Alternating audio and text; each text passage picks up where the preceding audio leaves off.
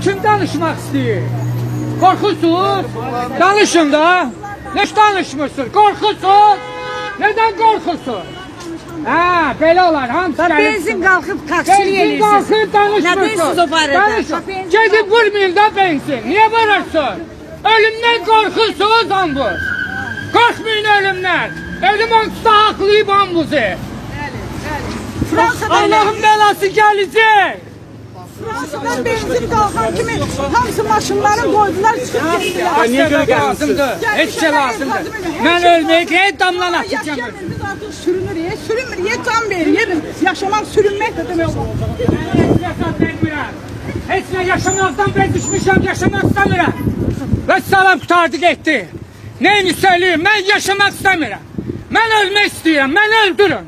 İğne vurun öldürün beni. Hansı iğneden vurursun bana? Etirazınız nədir? İtirazım bu devletten narazılığım var.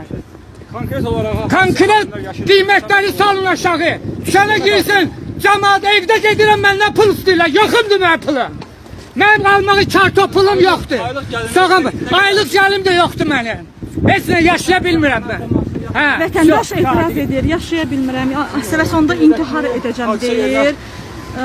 Və bu da ölkədə nə qədər vəziyyətin acınacaqlı olduğunu.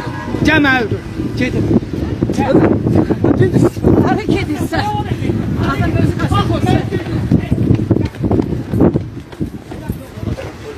Vətəndaş özü qaçıb qoysa, özü qaçıb qoysa maşındakı.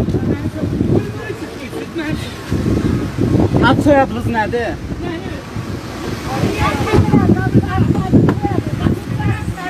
O özü könüllü olaraq reallığı bildiyinə görə ki, onsuz da onu polis aparacaq.